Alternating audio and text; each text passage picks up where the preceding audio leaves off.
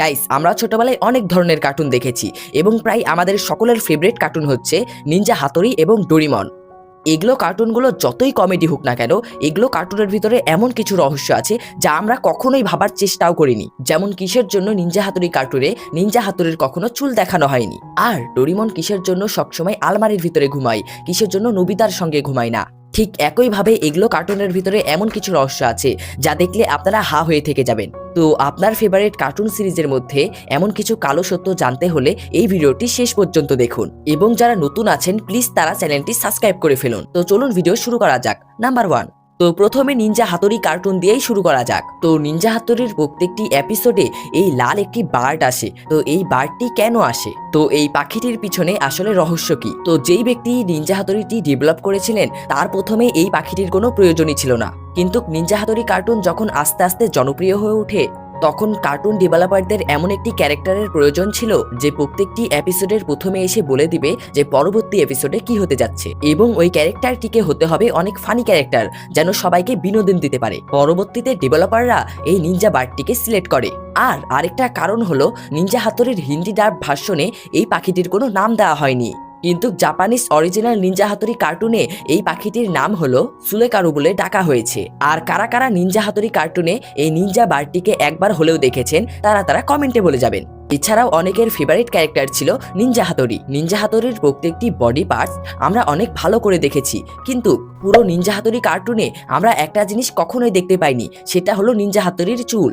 Ninja হাতুড়ির কোনো এপিসোডে আমরা কখনোই নিনজা হাতুড়ির চুল দেখতে পাইনি, এবং কি একটি এপিসোডে নিনজা হাতুড়িকে যখন উমিকো বলেছিল তার চুল দেখাতে যাতে হাতুড়িকে নিয়ে একটি ম্যাগাজিন তৈরি করতে পারে, তখনও নিনজা হাতুড়ি তার অরিজিনাল চুল কাউকে দেখায়নি। যখন হাতুড়িকে তার চুলের ব্যাপারে জিজ্ঞাসা করা হয়েছিল তখন হাতুড়ি বারবার একই উত্তর দিয়েছিল যে একজন সত্যিকারের নিনজা তার সিক্রেট কখনো প্রকাশ করে না। তারপরে যেই ব্যক্তি নিনজা হাতুড়ি ডেভেলপ করেছিলেন মানে ফুজোকো ফুজি, তাকে জিজ্ঞাসা করা হয়েছিল যদি নিনজা হাতুড়ির চুল হয় তাহলে কিরকম হবেন।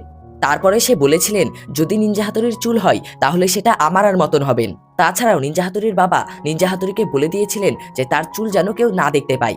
এটি নিনজাদের রুলস রেগুলেশনের ভিতরে পড়ে, যার কারণে তার চুল কেউ দেখতে পায়নি। নাম্বার 2, এবার আসা যাক ডোরিমন কার্টুনে। ডোরিমন যখনই নোবিতার কাছে এসেছে তখন থেকে এসে ওয়ার্ডরোবের ভিতরে ঘুমায়। কিন্তু কেন? কিন্তু আপনার মনেও তো এরকম একবার হলেও এসেছে যে ডোরিমন কিসের জন্য নোবিতার কাছে ঘুমায় না। তবে নোবিতা আর ডোরিমন যখন বাইরে যায় তখন তারা একসঙ্গেই ঘুমিয়ে থাকে, কিন্তু তারা যখন বাসায় থাকে তখন তারা কোনোভাবেই একসঙ্গে ঘুমায় না। আপনারা যেমনটা জানেন ডোরিমন একজন ফিউচার রোবট, এবং ফিউচারি রোবটদের এক ধরনের একটি প্রাইভেসি থাকে, যার কারণে ডোরিমন যখন নোবিতার সঙ্গে দেখা করে তখন তার একটি ইচ্ছা ছিল যে সে একটি একা ঘরে থাকবে, কিন্তু নোবিতার বাসায় ডোরিমনের থাকার জন্য কোনো আলাদা রুম ছিল না। তারপরে সে ওয়ার্ডরোবকেই তার রুম বানিয়ে নেয় যেখানে সে একা একা থাকে। তারপরে নোবিতা একটি এপিসোডে বলেছিল যে যদি আমাদের কাছে বড় একটি জায়গা থাকতো তাহলে তোমাকে একটি ঘর করে দিতাম, কিন্তু তারপরেও তাকে কোনো এপিসোডে ঘর দেওয়া হয়নি। এটা ডিরেক্টরের দোষ। নাম্বার 3, ডোরিমন কার্টুন সিরিজে এমন একটি ক্যারেক্টার রয়েছে যাকে সব থেকে কম দেখানো হয়েছে। তো এই ক্যারেক্টারটির নাম হলো শিজুকার ফাদার। শিজুকার বাবাকে ডোরিমন এপিসোডে সব থেকে কম বার দেখানো হয়েছে, এবং এই ক্যারেক্টারটির সম্পর্কে আমরা তেমন কিছুই জানি না। তাছাড়াও এই ক্যারেক্টারটি হচ্ছে অনেক কনফিউজিং একটি ক্যারেক্টার। প্রথমত এই ক্যারেক্টারটিকে এই কার্টুন সিরিজে সব থেকে কম বার দেখানো হয়েছে। দ্বিতীয়ত এই ক্যারেক্টারটি যখন এসেছিল তখন এই ক্যারেক্টারটির বডি পুরোপুরি চেঞ্জ হয়ে গেছিল, যেমন এক এপিসোডে একটি ক্যারেক্টার আর আরেকটি এপিসোডে আরেকটি ক্যারেক্টার। আর এই ক্যারেক্টারটির নাম হলো ইউশিয়া মিনামোটো। শুধুমাত্র ডোরিমন কার্টুন সিরিজেই নয়, ফুজিকে ফুজুর যেই অরিজিনাল স্টোরিটা ছিল সেখানেও তাকে আলাদা আলাদা দেখানো হয়েছিল। মানে এক কথায় বলতে পারেন এটি অনেক কনফিউজিং একটি ক্যারেক্টার। মানে ধরতে পারেন শিজুকার মা অনেকগুলো বিয়ে করেছেন।